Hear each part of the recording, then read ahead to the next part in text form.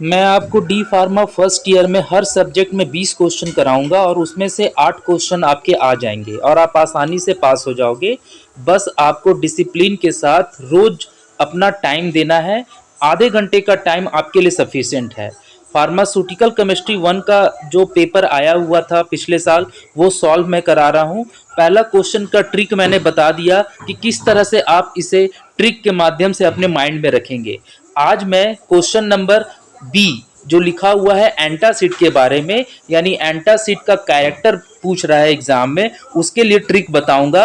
आप इस वीडियो को देखिएगा पूरा, उसके बाद आपके मन में ये क्वेश्चन चिपक जाएगा और एग्जाम में आप ये 8 नंबर का क्वेश्चन है तो आप ध्यान से अगर सिर्फ ट्रिक पर ध्यान देंगे तो 4 नंबर आपके पक्के हैं। और थोड़ा सा आप इसको मेमोराइज कर लेते हैं तो आपके 8 में से पूरे 8 नंबर आएंगे। अब ध्यान से देखिए इस ट्रिक को।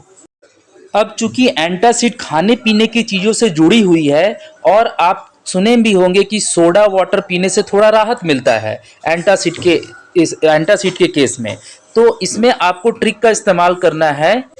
तो यहाँ पे जो ट्रिक बन रहा है वो ये है कि आहिस्ता पियो सोडा। आहिस्ता पियो सोडा, ये एक ट्रिक है। इससे इस क्वेश्चन का आंसर आपको प्राप्त हो जाएगा और आप इसे आसानी से याद कर लेंगे।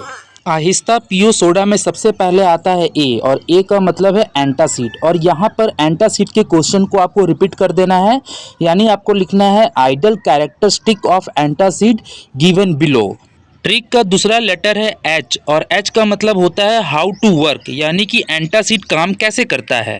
उसके बाद आता है आई, और आई का मतलब होता है इनहिबिटर, और इनहिबिटर का मतलब होता है रोकना, यानी एंटासिड हमारी प्रॉब्लम को रोकता है। उसके बाद आता है एस, और एस का मतलब होता है सिम्टम। सिम्टम का मतलब होता है लक्षण, यानी एंटासिड होने पे कौन से लक्षण दिखाई देते हैं।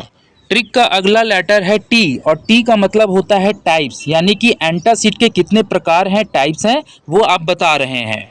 उसके बाद ट्रिक में लिखा हुआ है ए, और ए का यहाँ पे कोई मतलब नहीं है। आपको आगे वाले जो वर्ड हैं पीओ में जाना है, तो वहाँ पर आ रहा है PIOP। यहाँ पर सिर्फ पी से मतलब रखिए, पीओ में सिर्फ पी से मतलब रखना है, और पी का मतलब होता है प्रिकॉशन, यानी कि एंटासिड लेने समय हमें किन किन प्रिकॉशन सावधानियों का ध्यान रखना है वो आप बता रहे हैं। और लास्ट में आता है एस, यानी कि साइड इफेक्ट, यानी कि साइड इफेक्ट क्या हो जाते हैं एंटासिड के, वो आप बता रहे हैं एग्जाम में एग्जामिनर को।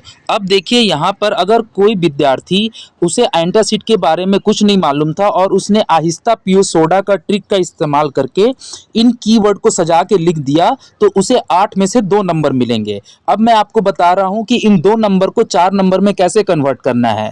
आपको बस करना यह है कि जहां पर आपने हाउ टू वर्क लिखा है, तो हाउ टू वर्क के बगल में एंटासिड लिख दीजिए, इनहिबिटर एंटासिड लिख दीजिए आई, सिम्टम ऑफ एंटासिड लिख दीजिए, टाइप्स ऑफ एंटासिड लिख दीजिए, प्रिकॉशन ऑफ एंटासिड लिख दीजिए, और साइड इफेक्ट ऑफ एंटासिड लिख दीजिए। अगर आप इतना सब में एंटासिड लिख देते हैं तो आपको 4 नंबर पक्के हो गए।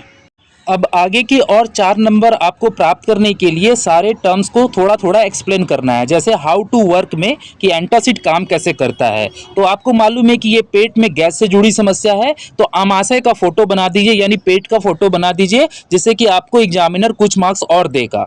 उसके बाद हाउ टू वर्क में आप लिख दीजिए कि ये एक ओटीसी मेडिसिन है, यानी कि ओवर द काउंटर मेडिसिन है, जो कि हमारे पेट में जो स्टमक में जो एसिड है उसका ज़्यादा एसिडिटी बढ़ जाता है, तो उसे ये न्यूट्रलाइज करने का काम करता है।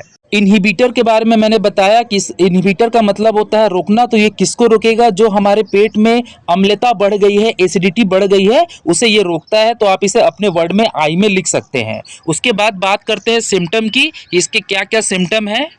अब इसके कुछ सिम्टम है, जैसे कि इसमें एसिड रिफ्लक्स होगी, साथ ही साथ जो आपका टेस्ट है वो ख़राब हो जाएगा, कड़वा हो जाएगा। उसके अलावा आपको ड्राई कफ हो जाएगा, जब आप लेटेंगे तो आपको पेन होगा। आप कोई चीज़ निगलते हैं या सॉलोइंग करते हैं तो उसमें आपका हार्ट बर्न होगा, मतलब आपका दिल के पास जलन होगी, बर्निंग सेंसेशन होगा हमारे चेस्ट में। तो ये सारे सिम्टम आप वहाँ पर लिख सकते हैं, आपको और 8 नंबर प्राप्त करने के लिए। उसके बाद इसके आपको टाइप्स बता देने हैं, यानी कि ये लिक्विड च्यूएबल के फॉर्म में है, गम के रूप में पाया जाता है मार्केट में, टैबलेट के रूप में। तो ये तो आपको मालूम होगा अगर आप दवाइयाँ को बेच रहे हैं और टैबलेट्स के रूप में, तो आप इसके टाइप्स लिख देंगे और साथ ही में इसका जो ब्रांड नेम है, कौन कौन सी दवाइयाँ किस नाम से बिकती हैं, वो लिख देना है। इसके बाद बात आती है प्रिकॉशंस की। तो प्रिकॉशन मैं आपके सामने लिख दे रहा हूँ, इसको आप ध्यान से देख लीजिए, बहुत ही आसान और सरल भाषा में है। यानी कि आपको अगर ये वीडियो आप यहाँ तक अगर देख रहे हैं तो आपका ये क्वेश्चन छूटेगा नहीं, आपको कुछ नंबर दे के जाएगा और आप फेल बिल्कुल भी नहीं होंगे। साथ ही साथ साइड इफेक्ट भी आप इसके देख लीजिए, जो कि इस प्रकार है। और इसके अलावा कोई क्वेश्चन रह गया हो तो कमेंट बॉक्स में पूछिएगा। मिलते हैं नेक्स्ट वीडियो में। Bye bye.